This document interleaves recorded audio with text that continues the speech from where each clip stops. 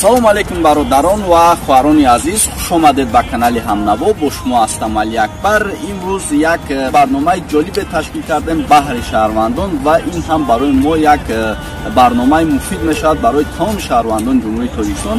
Саволҳо оид ба таҷлили рӯзи президенти ҷумҳурии Тоҷикистон мебошад. ба ҳамин хотир хостем аз шаҳрвандон пурсон шавем. Саволҳоро мо дар ин ҷо тайёр кардем. мо ҳозир аз шаҳрвандон пурсон мешавем. дастгирӣ кунед, дар видео лайк кунед ва видеоро худ ёзид дар имо, WhatsApp ва дигар шабакаҳои паҳм кунед. биёед якҷоя пурсон мешавем. меравем. чашми фиреби кас нарасад то ба иттиҳод, аз чашми каҷнигоҳ нигаҳбони миллатам.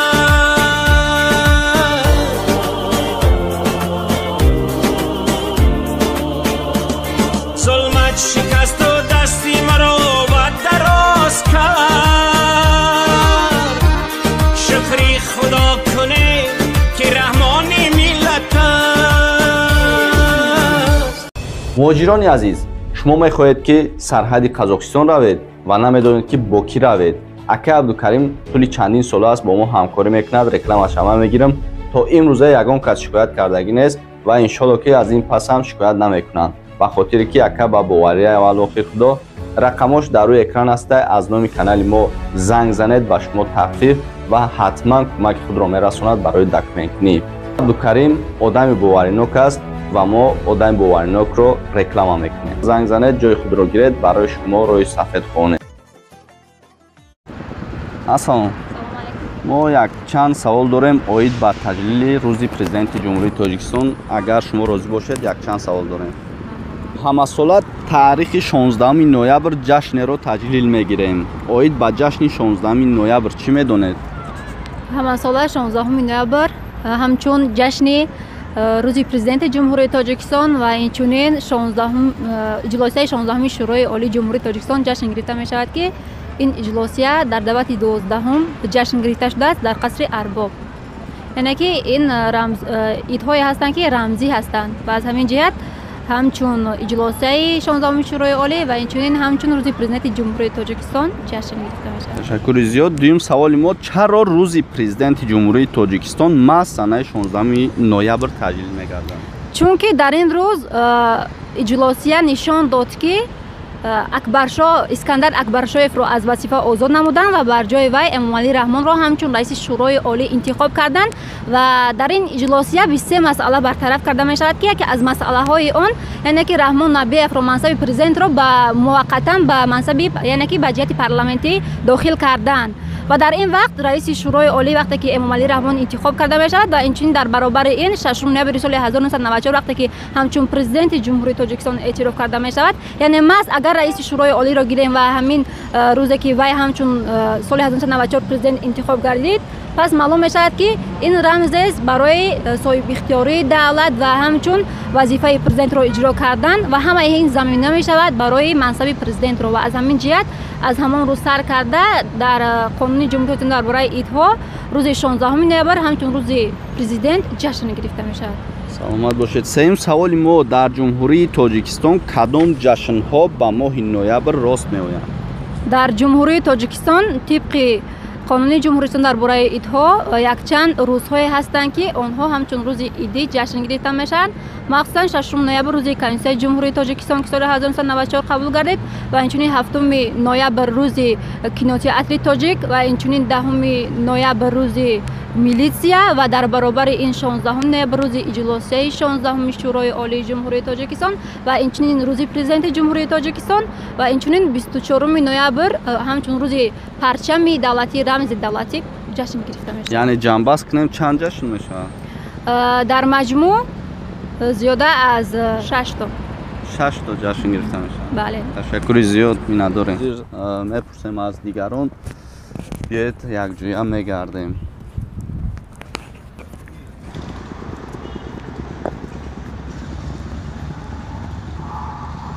ҳозир мо дар боғи устод Рӯдакӣ ҳастем.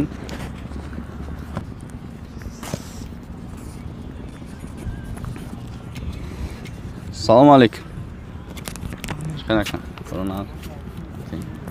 мо якчанд савол тайёр кардем оид ба таҷлили рӯзи президенти ҷумҳурии Тоҷикистон. Агар иҷозат бошад саволҳоро паш кунед. Саволи навбатии мо ибораи машҳури асосгузори сулҳу ваҳдати миллӣ, пешвои миллат, президенти ҷумҳурии Тоҷикистон муҳтарам Эмомалӣ Раҳмон дар оғози сохтмону таъмири нақби истиқлол чӣ буд? оя аминро шумо дар фикратон аст?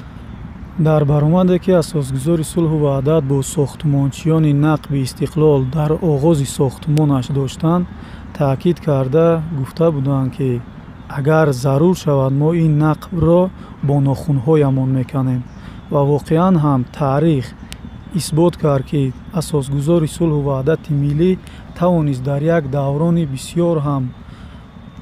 бисёр ҳам вазнин ин нақбро канда ва соли 2006 ба истифодаи умум диҳад ки рафтуҳои васоити воситаҳои нақлиётро ба яке аз вилоятҳои саноатии кишвар, вилояти Суғд, дар замони соҳибистиқлолӣ таъмин намуд.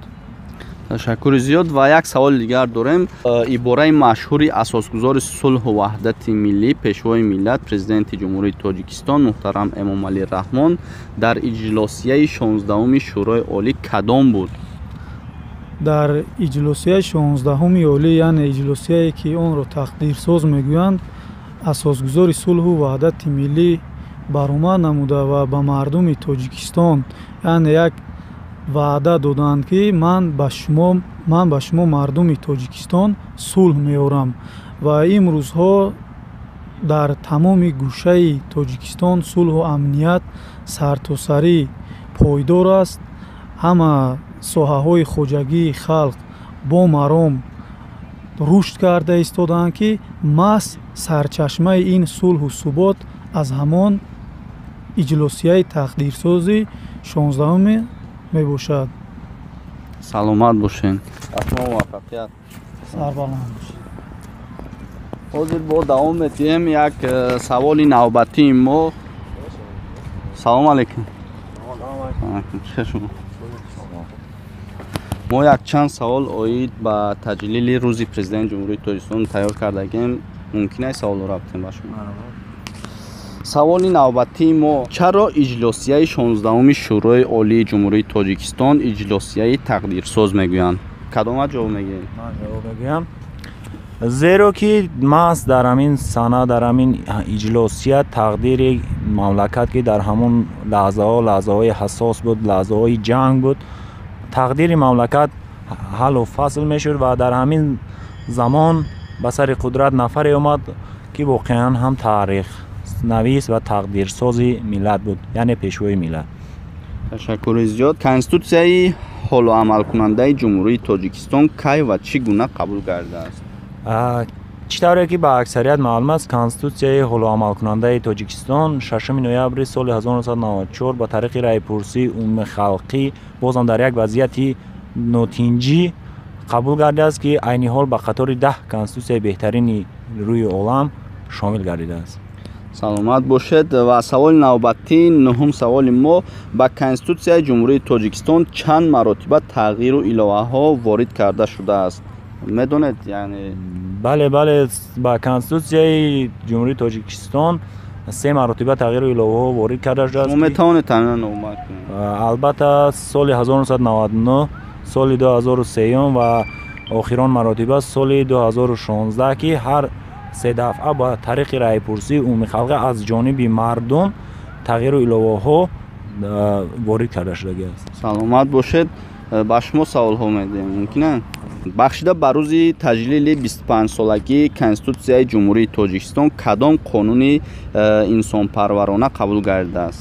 чӣ тавре ки ба ҳамагон маълум аст, 16 октябри соли 2019 аз тарафи асосгузори сулҳу ваҳдати миллӣ, пешвои миллат, президенти муҳтарам Эмомалӣ Раҳмон қонуни ҷумҳурии Тоҷикистон дар бораи афв, президенти муҳтарам дар асоси принсипи инсондӯстонаи худ аз ҳуқуқи конститутсионии худ истифода намуда барои баррасӣ ба маҷлиси намояндагони маҷлиси олии ҷумҳурии Тоҷикистон қонуни ҷумҳурии Тоҷикистон дар бораи афвро барои баррасӣ пешниҳод гардид. хушбахтона 25 октябри соли 2019 аз тарафи раиси маҷлиси намояндагони маҷлиси олии ҷумҳурии Тоҷикистон ва прокуратураи генералии Юсуф Раҳмон Ахмедович қонуни ҷумҳурии Тоҷикистон дар бораи афв қабул гардид. зиёда аз 20,000 маҳкумшудагон, гумонбаршудагон, айбдоршавандагон дар ҳамин қонун татбиқ мегардад ва сад ҷазошу кам мешавад. афи тиллоӣ буд. саломат бошед. Чанде аз дастовардҳои асосгузори сулҳу ваҳдати миллӣ пешвои миллат президенти ҷумҳурии Тоҷикистон муҳтарам Эмомалӣ Раҳмонро номбар кунед. дастовардҳо дар замони ҳамин ҳукмронии президенти муҳтарам Эмомалӣ Раҳмон бениҳоят зиёданд.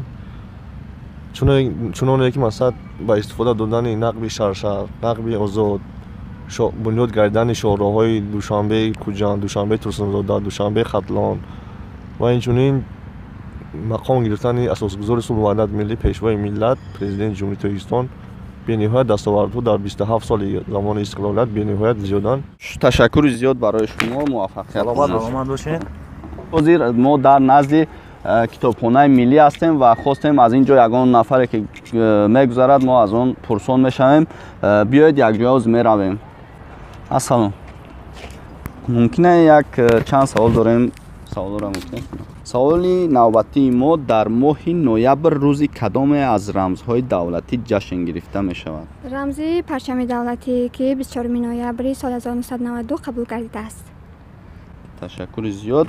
иҷлосияи 16-уми шӯрои олии ҷумҳурии Тоҷикистон кай ва дар куҷо баргузор гардидааст? 16 ноябри соли 1992 дар шаҳри Хуҷанд дар қасри Арбоб. хуш, ташаккури зиёд. ҳозир бо аз дигарон савол метавонем. биё саволро аз ҳамин бародармон пурсон мешавем, гап монам мегирад ё не? салом алейкум. чанаккакроназа мо аз канали Амнаво оид ба таҷлили рӯзи президенти ҷумҳурии Тоҷикистон мо саволро тайёр кардем. як савол монмондагӣ ахлат пурсон мешавем, иҷозат метавем? марҳамат ака. парчами давлатии ҷумҳурии Тоҷикистон аз кадом рангҳо иборат буда, дар он чӣ таҷассум ёфтааст? хуб, аввалан рӯзи президенти ҷумҳурии Тоҷикистон асосгузори сулҳу ваҳдати миллӣ пешвои миллат муҳтарам Эмомалӣ Раҳмонро ба якояки ҳамватанон муборакбод мегӯям ва парчами ҷумҳурии Тоҷикистон аз се ранг иборат буда, ранги сурх мубориза бурдан баҳри озодии халқ мебошад ва ранги сафед бошад бахту иқболи сафед аст, ранги сабз бошад ин сарсабзу хуррам гаштани Тоҷикистон мебошад.